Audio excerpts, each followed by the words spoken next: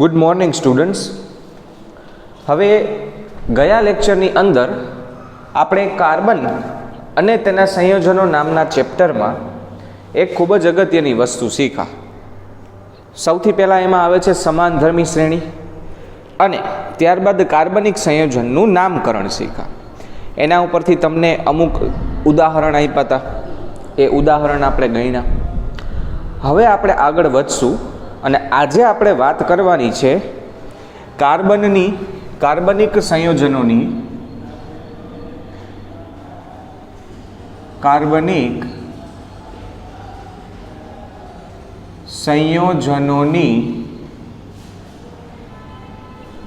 રાસાયણિક પ્રક્રિયા.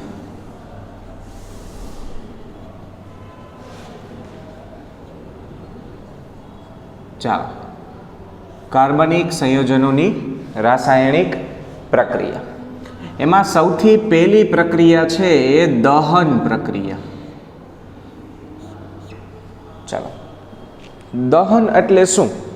તો દહન એટલે કોઈ પણ વસ્તુને સળગાવવી, હવાની હાજરીમાં કોઈ પણ વસ્તુને સળગાવવી, એને આપણે દહન કહીએ છીએ.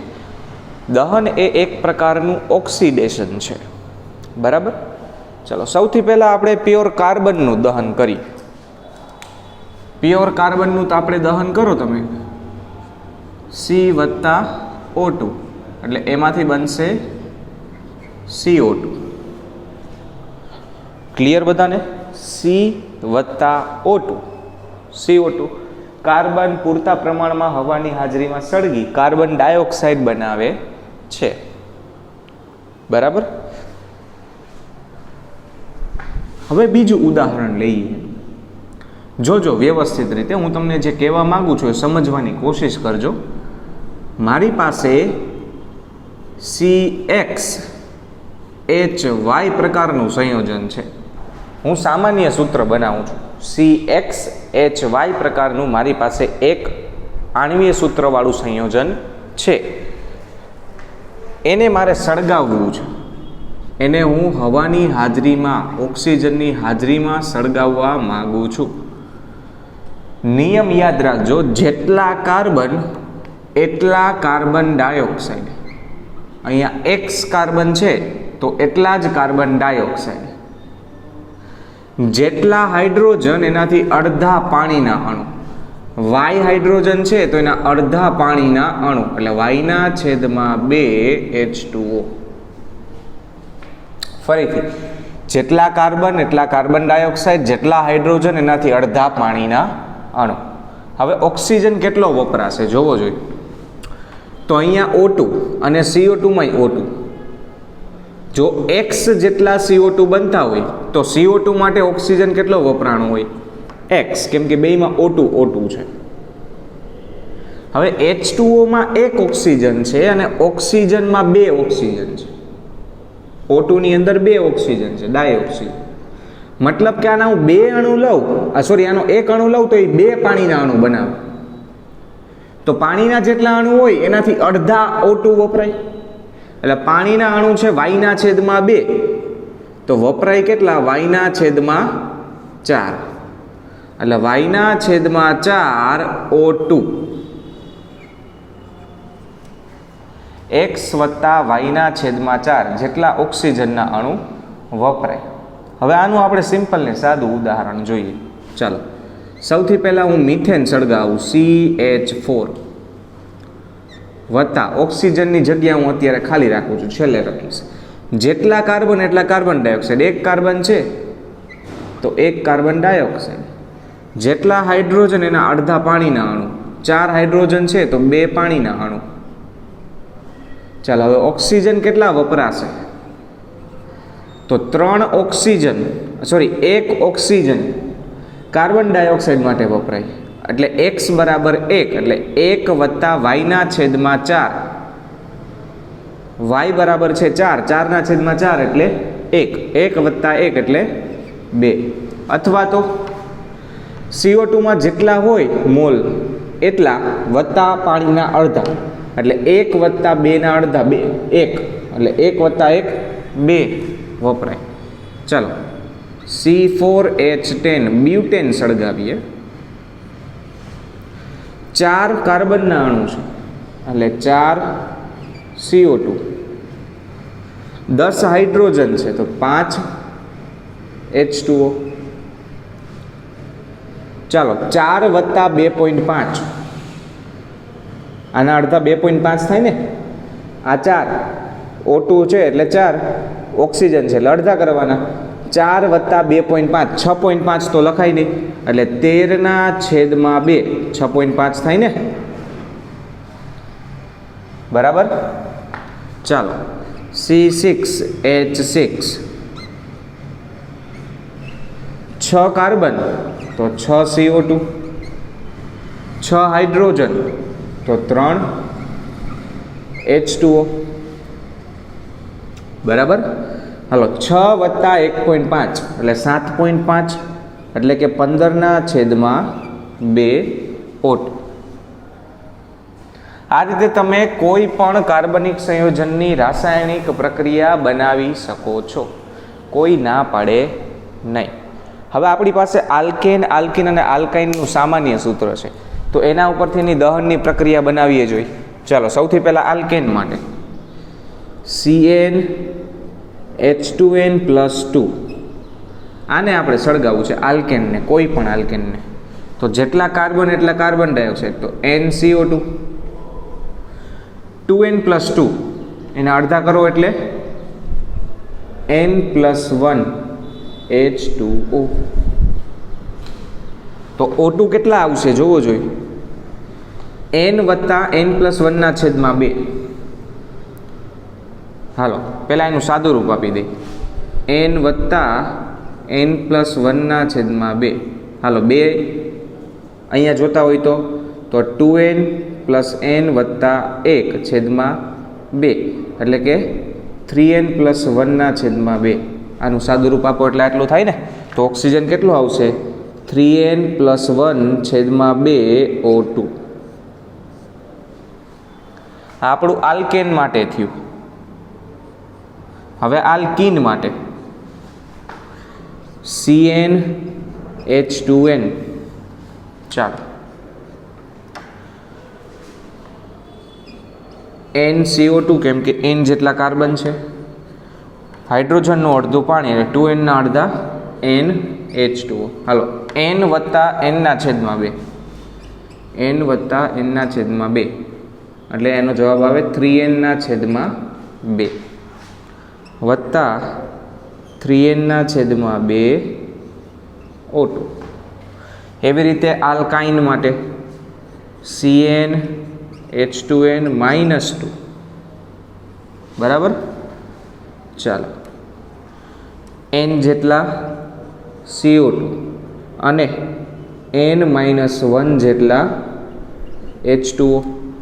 તો અહીંયા ટોટલ શું આવશે, 3n-1/2 O2. આનો હિસાબ કરો જોઈએ, n વત્તા n-1/2 તો ખાલી આયા ખાલી -1 આવે એટલો ફરક.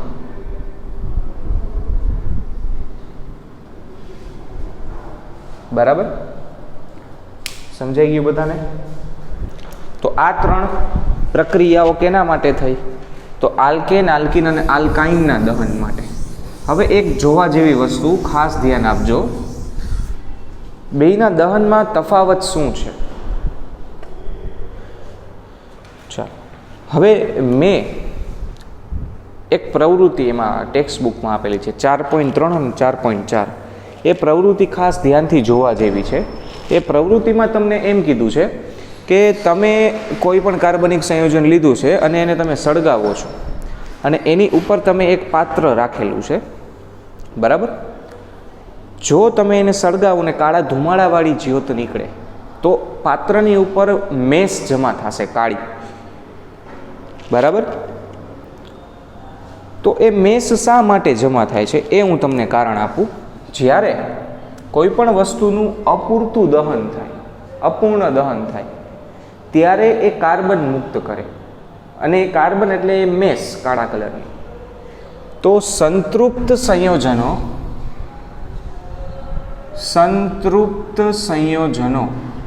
સંતૃપ્ત સંયોજનો એટલે આલ્કેન. ધુમાડા વગરની જ્યોત આપે.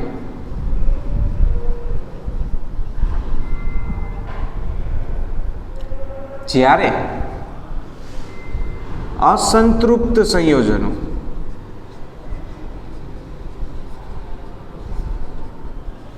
કાળા ધુમાડા વાળી જ્યોત આપે.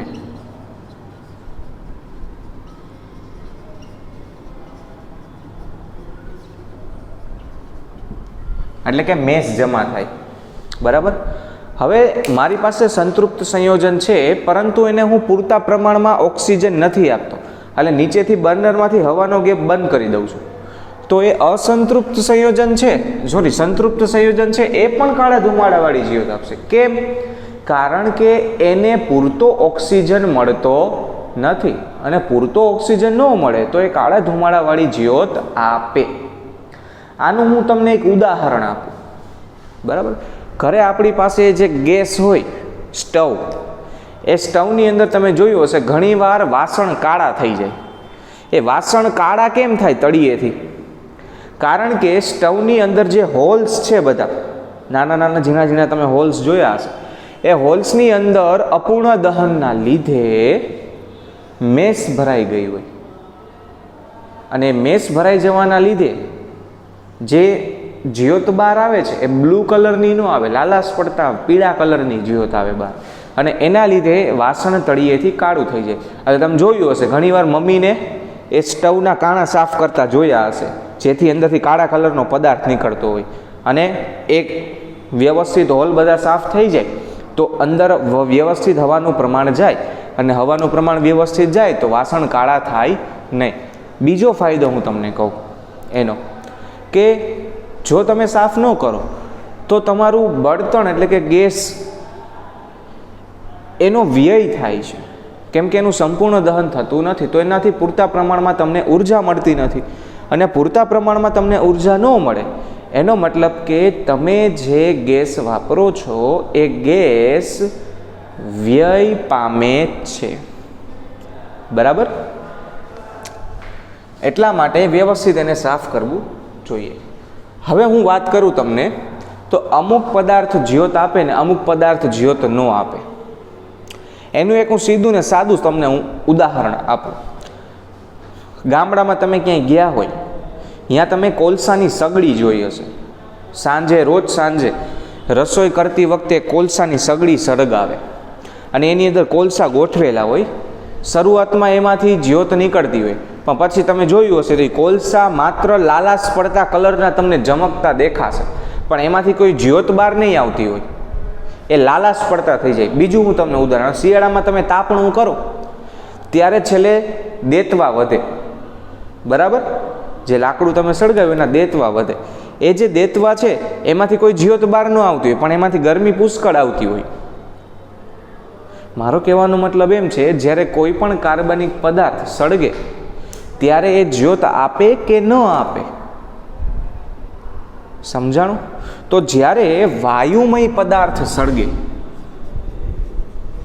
વાયુમય કાર્બનિક પદાર્થ સળગે ત્યારે જ્યોત જોવા મળે છે,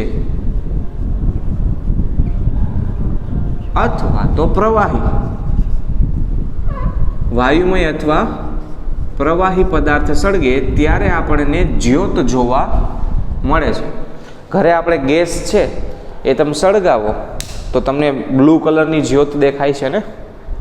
બરાબર. એવી રીતે મીણબત્તીમાં તમને પીળા કલરની જ્યોત દેખાય છે. બરાબર. કારણ કે એમાં જે મીણ છે એ પ્રવાહી સ્વરૂપમાં આવી જાય છે, એના લીધે તમને જ્યોત જોવા મળે છે. પરંતુ ઘન પદાર્થની વાત કરું, એટલે કે લાકડું છે કે પછી કોલસો છે, એવા ઘન કાર્બનિક પદાર્થને જ્યારે સળગાવવામાં આવે છે ત્યારે તે જ્યોત આપતા નથી. કેમ જ્યોત આપતા નથી? એવું નથી, તમે લાકડું સળગાવો ત્યારે ભડકો થતા તમે જોયો જ છે, પણ એ શું કરવા ભડકો થાય છે? તો એ લાકડાની અંદર ને કોલસાની અંદર જે વાયુમય કાર્બનિક પદાર્થ છે એ જ્યાં સુધી બધો સળગી ન જાય ત્યાર સુધી આપણને એ જ્યોત જોવા મળે છે. જેવો એ અંદરનો વાયુમય પદાર્થ સળગી જશે અને પ્યોર આપણો કોલસો જ બાકી રહેશે, ત્યારે એ આપણને કોઈ પ્રકારની જ્યોત આપશે નહીં. એ માત્ર લાલાશ પડતા રંગથી ચમકશે ઉર્જાના સ્ત્રોત તરીકે, અને સતત કાર્બન ડાયોક્સાઇડમાં એ રૂપાંતર પામતો રહેશે. બરાબર. હવે આપણે વાત કરીએ અશ્મિ બળતણની.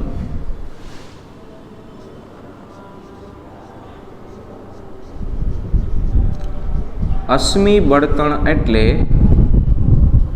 કોલસો અને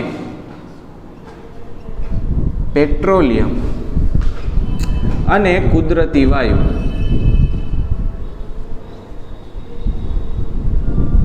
આ ક્યાંથી આવ્યા, કેવી રીતે આવ્યા, બરાબર, એનું હું તમને સાદું અને સિમ્પલ ઉદાહરણ આપું કે આ ત્રણ વસ્તુ ક્યાંથી આવી.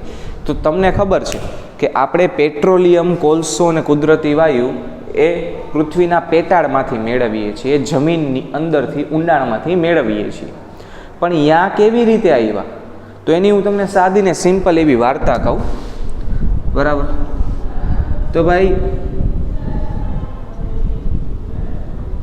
આવું સરસ મજાનું એક દ્રશ્ય છે જ્યાં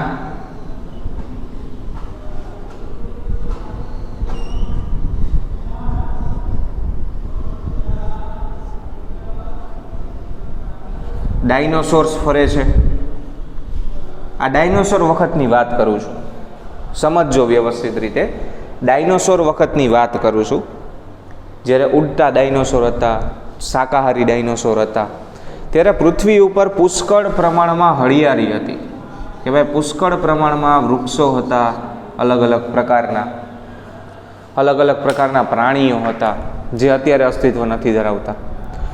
ત્યારે કોઈ પણ કારણોસર આ પર્વતમાંથી જ્વાળામુખી ફાટ્યો, અહીંયાથી જ્વાળામુખી ફાટ્યો, અથવા કોઈ ઉલ્કાપાત થયો પૃથ્વી ઉપર.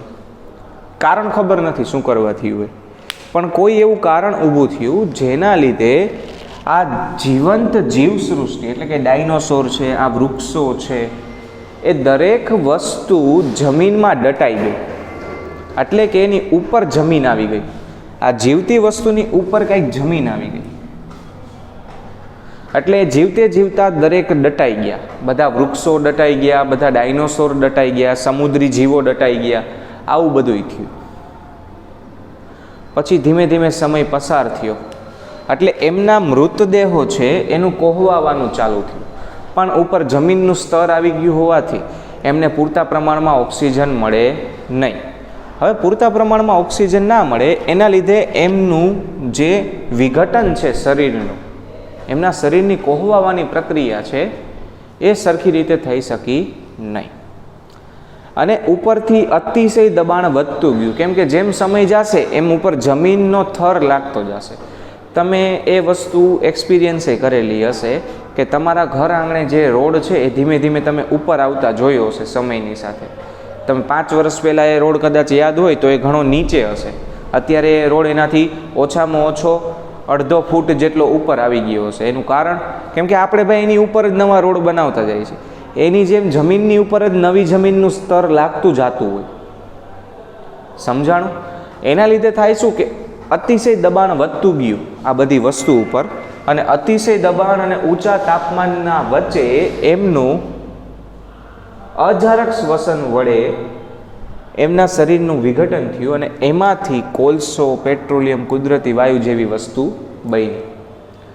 જેટલા પણ વનસ્પતિ હતા એમાંથી કોલસો બન્યો, અને જેટલી દરિયાઈ જીવસૃષ્ટિ હતી એમાંથી પેટ્રોલિયમ અને કુદરતી વાયુ બન્યું. દરિયાઈ જીવસૃષ્ટિમાંથી પેટ્રોલિયમ અને કુદરતી વાયુ બન્યા, અને વૃક્ષોના જે ફોસિલ્સ હતા, અશ્મિમાંથી આપણને કોલસો મળ્યો. આ કરોડો વર્ષોની પ્રોસેસ છે. બરાબર? તો આવી બધી વસ્તુ જમીનની અંદર બની, અને આનો આપણે બળતણ તરીકે ઉપયોગ કરીએ છીએ, જેમાં આપણે આ બધાનું શું કરીએ છીએ? દહન કરીએ છીએ. આમાં ઘણીવાર નાઇટ્રોજન, સલ્ફર આવી બધી વસ્તુની અશુદ્ધિ હોય, જેના લીધે વાતાવરણમાં પ્રદૂષણ ફેલાય છે અને ગ્લોબલ વોર્મિંગ વધે છે, જેના વિશે તમને બધાને ખૂબ સારી રીતે ખબર છે. ચાલો, દહન બાદ આપણી બીજી પ્રક્રિયા છે ઓક્સિડેશન પ્રક્રિયા. ઓક્સિડેશન પ્રક્રિયા. ચાલો, ઓક્સિડેશન પ્રક્રિયા કોને કહેવાય? સૌથી પહેલા તો જે વસ્તુની અંદર ઓક્સિજનનો ઉમેરો થતો હોય એને ઓક્સિડેશન પ્રક્રિયા કહેવાય. મેં પ્રયોગશાળામાં એક કસનળી લીધી અને એ કસનળીમાં મેં ઇથેનોલ લીધું, CH3CH2OH, ઇથેનોલ. મેં એક કસનળી લીધી, એ કસનળીમાં મેં ઇથેનોલ લીધું અને ત્યારબાદ મેં એક વાટકો લીધો, એની અંદર પાણી ભર્યું અને એ પાણીને મેં ગરમ કર્યું અને ગરમ પાણીમાં મેં આ કસનળીને રાખી દીધી. બરાબર? એને સતત હું ગરમ પાણીમાં ગરમી આપું છું અને એમાં મેં આલ્કોહોલીય KMnO4 અથવા આલ્કોહોલીય K2Cr2O7 એટલે કે પોટેશિયમ પરમેંગેનેટ અથવા પોટેશિયમ ડાઇક્રોમેટ ઉમેરું છું. આ પ્રબળ ઓક્સિડેશન કરતા કહેવાય. ઓક્સિડેશન કરતા કોને કહેવાય? જે બીજાનું ઓક્સિડેશન કરાવે. આની પાસે 4 ઓક્સિજન છે તો એ બીજાને ઓક્સિજન આપીને એનું ઓક્સિડેશન કરાવે. થોડાક પ્રમાણમાં જ નાખવાના. જો વધારે નાખશો તો તમે ફેરફાર જોઈ શકશો નહીં. એટલે તમે જોશો કે ઇથેનોલ છે એનું રૂપાંતર ઇથેનોઇક એસિડમાં થશે, CH3C∪OH, ઇથેનોઇક એસિડ. ઇથેનોલ છે એનું રૂપાંતર ઇથેનોઇક એસિડમાં થાય છે. તમે જોશો કે કસનળીમાંથી પહેલાં મીઠી વાસ આવતી હતી સ્પિરિટની, પણ તમે આ પ્રક્રિયા કરી, હવે એમાંથી ખાટી વાસ આવે છે, એકદમ ખાટી તીવ્ર વાસ આવે છે, જે ઇથેનોઇક એસિડની હાજરી દર્શાવે છે. શું થયું? તો ભાઈ કાર્બન ઉપરથી 2 હાઇડ્રોજન નીકળી ગયા, એની જગ્યાએ દ્વિબંધમાં એક ઓક્સિજન આવી ગયો અને એ નવું ક્રિયાશીલ સમૂહ બની ગયું COOH એટલે COOH, જે કાર્બોક્સિલિક એસિડ છે. એટલે કે આલ્કોહોલનું કાર્બોક્સિલિક એસિડમાં રૂપાંતર ઓક્સિડેશન પ્રક્રિયા છે. આ યાદ રાખજો. આલ્કોહોલનું ઇથેનોઇક એસિડ એટલે કે કાર્બોક્સિલિક એસિડમાં રૂપાંતર ઓક્સિડેશન પ્રક્રિયા છે. કેના વડે થાય? તો આલ્કોહોલીય KOH અથવા તો આલ્કલાઇન KOH KMnO4 અથવા આલ્કલાઇન K2Cr2O7. બરાબર? આ આપણે ઓક્સિડેશન કર્યું. કેનું ઓક્સિડેશન કર્યું? ઇથેનોલનું. કેમાં ઓક્સિડેશન કર્યું? ઇથેનોઇક એસિડની અંદર. બરાબર? ચાલો, ત્યારબાદ આપણે ભણીએ યોગશીલ પ્રક્રિયા.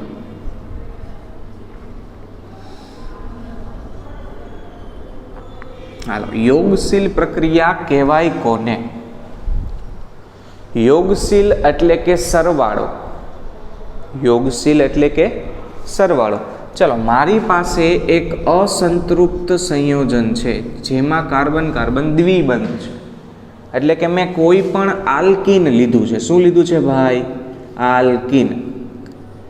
એને હું પ્લેટિનમ અથવા પેલેડિયમની હાજરીમાં ગરમ કરું છું, અથવા તો મેં દાણાદાર નિકલ રાખેલું છે. 3 માંથી કોઈ એક ચાલે. એમાં હું ઉમેરું છું શું? હાઇડ્રોજન. એટલે આમાં દ્વિબંધમાંથી એક બંધ તૂટી જશે, એના લીધે 2 કાર્બનનો એક એક બંધ ખાલી થાય. ચાલો, દ્વિબંધમાંથી એક બંધ તૂટી જાય તો 2 કાર્બનનો એક એક બંધ ખાલી થાય અને એ ખાલી થયેલા બંધ ઉપર હાઇડ્રોજન ઉમેરાઈ જાય એટલે એ આલ્કેનમાં રૂપાંતર પામે. આલ્કીન કેમાં બદલી ગયું? આલ્કેનમાં તમે શું ઉમેર્યું? હાઇડ્રોજન. એટલે આ પ્રક્રિયાને હાઇડ્રોજીનીકરણ કહે છે. શું કહેવાય આને? હાઇડ્રોજીનીકરણ. બરાબર. આનો ઉપયોગ ક્યાં થાય એની વાત કરીએ કે આ પ્રક્રિયાનો મુખ્ય ઉપયોગ શું? યોગશીલ પ્રક્રિયા જેમાં આપણે હાઇડ્રોજીનીકરણ કર્યું તો હાઇડ્રોજીનીકરણનો મુખ્ય ઉપયોગ શું? તો ભાઈ વનસ્પતિ તેલ ને વનસ્પતિ ઘીમાં બદલાવવા માટે. વનસ્પતિ તેલ છે એ અસંતૃપ્ત હોય, જેને આપણે સંતૃપ્તમાં બદલાવે. એટલે આ અસંતૃપ્ત છે એટલે એની અંદર દ્વિબંધવાળા સંયોજન. વનસ્પતિ તેલની અંદર પ્રાણીજ ચરબી હોય. પ્રાણીજ ચરબી એટલે કે કાર્બનની લાંબી શૃંખલા છે ફેટી એસિડની, જેમાં દ્વિબંધ રહેલા છે. શરીર માટે અસંતૃપ્ત સંયોજન ધરાવતું તેલ સારું કહેવાય. એટલા માટે આપણે આવો તેલનો વપરાશ કરવો જોઈએ. સંતૃપ્ત તેલ આપણા માટે નુકસાનકારક છે. એટલે વનસ્પતિ ઘી ખાવું જોઈએ નહીં. વનસ્પતિ તેલ આપણા માટે સારું. એટલે જેની અંદર અસંતૃપ્ત સંયોજનો વધારે હોય એવા પ્રકારનું તેલ ખાવામાં ઉપયોગમાં લેવું જોઈએ. યોગશીલ પ્રક્રિયાનું બીજું હું તમને એક ઉદાહરણ આપું. ચાલો, ફરીથી મેં દ્વિબંધવાળું એક સંયોજન લીધું છે. હવે એની અંદર હું Cl2 ઉમેરું છું. ચાલો, તો શું થશે? જે કાર્બનનો એક એક બંધ ખાલી થયો ત્યાં કોણ આવી જશે? ક્લોરીન આવી જશે. અહીંયા તમે ક્લોરીન ઉમેરો છો એટલે આ પ્રક્રિયાને શું કહેવાય? ક્લોરીનેશન. ક્લોરીનેશન પ્રક્રિયા. બરાબર. ચાલો, ત્યાર પછી આપણે યોગશીલ પ્રક્રિયા બાદ વાત કરીએ વિસ્થાપન પ્રક્રિયા. જો વિસ્થાપન એટલે અદલા બદલી. વિસ્થાપન એટલે અદલા બદલી. જો એકદમ સહેલું છે. મેં CH4 લીધું અને HCl લીધું. પ્રક્રિયા કરશે નહીં, કારણ કે આ સંતૃપ્ત છે. તો મારે પ્રક્રિયા કરવા માટે પૂરતા પ્રમાણમાં ઉર્જા આપવી પડશે. એટલા માટે હું એને પારજાંબલી પ્રકાશની હાજરીમાં રાખું છું, અલ્ટ્રા વાયોલેટ કિરણોની હાજરીમાં રાખું છું. એટલે અહીંયાથી એક હાઇડ્રોજનની જગ્યાએ ક્લોરીન લઈ લેશે. એટલે CH3Cl વત્તા HCl. જો હાઇડ્રોજનનું વિસ્થાપન ક્લોરીન વડે થયું એટલે આ પ્રક્રિયાને વિસ્થાપન પ્રક્રિયા કહેવાય. અદલા બદલી થઈ, હાઇડ્રોજનની ને ક્લોરીનની અદલા બદલી થઈ. બરાબર. હજી એક પ્રક્રિયા છે વિલોપન પ્રક્રિયા, પણ એ તમારા સિલેબસમાં અત્યારે છે નહીં. આની વિરુદ્ધ પ્રક્રિયા અહીંયા જે કરેલું છે એની વિરુદ્ધ પ્રક્રિયા એટલે વિલોપન પ્રક્રિયા. યોગશીલમાં ઉમેરો છો, વિલોપનમાં બહાર કાઢવાનું, જેના વિશે તમે 11મા ધોરણમાં શીખશો. બરાબર. તો આજના લેક્ચરની અંદર આપણે મુખ્યત્વે કેના વિશે વાત કરી? તો આપણે મુખ્યત્વે કાર્બનિક સંયોજનોની રાસાયણિક પ્રક્રિયા વિશે વાત કરી, જેમાં આપણે સૌથી પહેલી પ્રક્રિયા શીખા દહન પ્રક્રિયા. જો આ સૂત્રો બધા તમારે યાદ રાખવાના છે. અહીંયા જે મેં તમને કીધા છે એ બધા સૂત્ર તમારે યાદ રાખવાના છે. હવે આની હું તમને વાત કરું. C4H10. C4H10 આ LPGના દહનનું સૂત્ર છે. ખાસ યાદ રાખજો, LPGના દહનનું સૂત્ર. LPGનું ફૂલ ફોર્મ થાય લિક્વિફાઈડ પેટ્રોલિયમ ગેસ. આ ફૂલ ફોર્મ તમારે યાદ રાખવાનું છે. Liquefied petroleum gas, LPG. ઘરે જે રાંધણ ગેસ આવે છે એ. બરાબર. જેનો મુખ્ય ઘટક બ્યુટેન હોય છે, C4H10. એટલે આ LPGના દહનની પ્રક્રિયા છે. આ બેન્ઝીનના દહનની પ્રક્રિયા છે. આ મિથેનનું દહન છે. આ કોઈ પણ હાઇડ્રોકાર્બન સંયોજનનું દહન છે. આ આલ્કેન માટેની પ્રક્રિયા, આલ્કીન માટેની પ્રક્રિયા, આલ્કાઇન માટેની પ્રક્રિયા. તમને એક્ઝામમાં કોઈ પણનું સૂત્ર પૂછે તો તમે આના ઉપરથી બનાવી શકશો. એક બીજો લખાણ સંબંધિત પ્રશ્ન છે કે ઇથાઇન વત્તા O2 નું મિશ્રણ કેમ વેલ્ડિંગ માટે વપરાય છે? ઇથાઇન અને O2 પ્યોર શુદ્ધ ઓક્સિજન, જેને ઓક્સી એસિટિલિન જ્યોત કહેવાય, કેમ વપરાય છે? હવે ઇથાઇન એટલે શું થાય? તો ઇથાઇન એટલે થાય CH ટ્રિપલ બોન્ડ CH એટલે C2H2 બરાબર. એમાંથી 2 CO2 બને વત્તા 1 H2O બને, એટલે કે 5/2 O2 વપરાશે.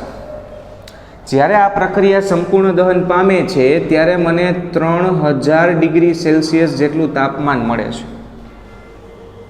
જો હું એમાં શુદ્ધ ઓક્સિજનની જગ્યાએ હવા રાખું તો આટલું ઊંચું તાપમાન ના બનાવી શકું. પ્લસ એ અસંતૃપ્ત હોવાથી એનું અપૂરતું દહન થાય, જે કાળા ધુમાડાવાળી જ્યોત આપે, જે મારે જોતી નથી. અત્યારે મને કાળા ધુમાડા વગરની જ્યોત મળે છે, એટલા માટે હું અહીંયા શુદ્ધ ઓક્સિજન અને ઇથાઇનનું મિશ્રણ લઉં છું, હવાનું મિશ્રણ લેતો નથી. બીજું એક લખાણ સંબંધિત પ્રશ્ન એવો છે કે ભાઈ ઇથેનોલનું ઇથેનોઇક એસિડમાં રૂપાંતર છે એ ઓક્સિડેશન પ્રક્રિયા શા માટે કહેવાય? સીધું ને સાદું, કારણ કે તેની અંદર ઇથેનોલમાં 2 હાઇડ્રોજનનો દૂર થાય છે અને એક ઓક્સિજન પરમાણુ કાર્બન સાથે દ્વિબંધમાં જોડાય છે. અહીં ઓક્સિજનનો ઉમેરો થતો હોવાથી એને ઓક્સિડેશન પ્રક્રિયા કહેવામાં આવે છે. હોમવર્કની અંદર શું કરવાનું છે? તો ટેક્સ્ટ બુકમાં કાર્બન સંયોજનોની રાસાયણિક પ્રક્રિયાઓ, પછી અહીંયા કેવા કાર્બનની જ્યોત આપે છે એના વિશે ટોપિક છે, પછી કોલસો, પેટ્રોલિયમ, અશ્મિ બળતણ કેવી રીતે બન્યા એ ટોપિક છે, ઓક્સિડેશન છે, યોગશીલ પ્રક્રિયા છે, વિસ્થાપન છે. આ દરેક વસ્તુ વિશે તમારે વ્યવસ્થિત બધી વસ્તુ વાંચી અને ટેક્સ્ટ બુકમાંથી 2 વખત હોમવર્ક કરવાનું છે. બરાબર.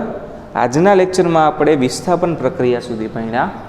હવે આપણા 3 મેઇન ટોપિક બાકી છે. એક છે ઇથેનોલ વિશે આપણે ભણવાનું છે. નેક્સ્ટ લેક્ચરમાં આપણે ઇથેનોલ વિશે ભણશું, પછી આપણે ઇથેનોઇક એસિડ વિશે ભણશું અને એના પછી આપણે સાબુ અને પ્રક્ષાલકો એટલે ડિટર્જન્ટ વિશે ભણશું. Thank you.